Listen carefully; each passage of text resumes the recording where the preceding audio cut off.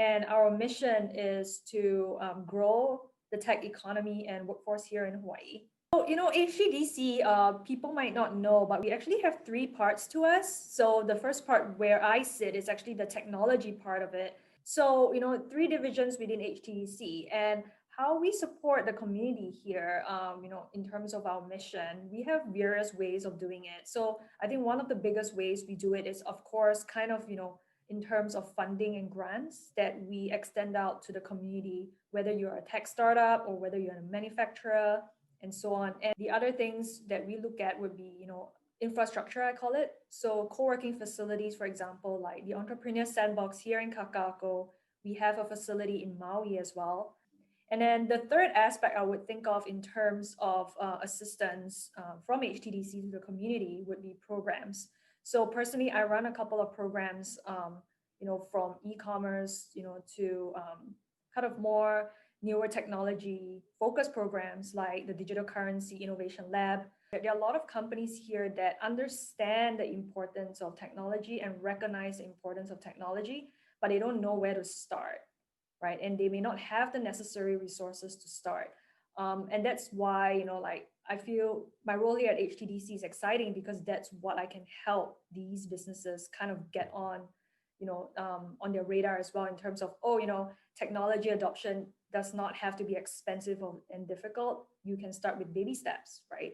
I think in terms of adoption, it's a little bit different because of resources and financial resources, or whether it be human resources for both small, medium businesses in Hawaii and large businesses. But I think a lot of them are kind of moving in the same direction in terms of adoption. Speeds will be different, but with this pandemic, I think everyone's kind of doubling down and making sure that new and better technology processes are in place. And I don't have a lot of experience with Japan per se, but I do know that here in Hawaii, it's a great test bed. And like I said, a lot of larger organizations here in Hawaii as well, they're very open to testing new technologies in terms of, whether it's enterprise solutions or new technologies that, like AI or machine learning that haven't really been widely adopted yet. And I'm not sure if that's, readily available in Japan, but I do know that, by working together, they can use Hawaii as a test bed or, rely on Hawaii organizations to see what are the benefits and outcomes of that.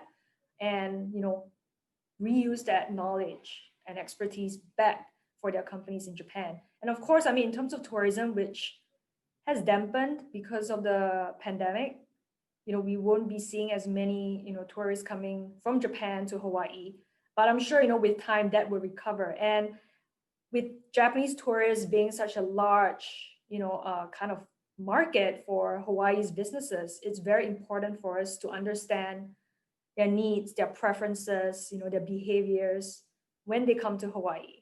And, how we can, of course, as Hawaii itself, offer them a great experience as a tourist here, but, monetize it and leverage it for our economy as well.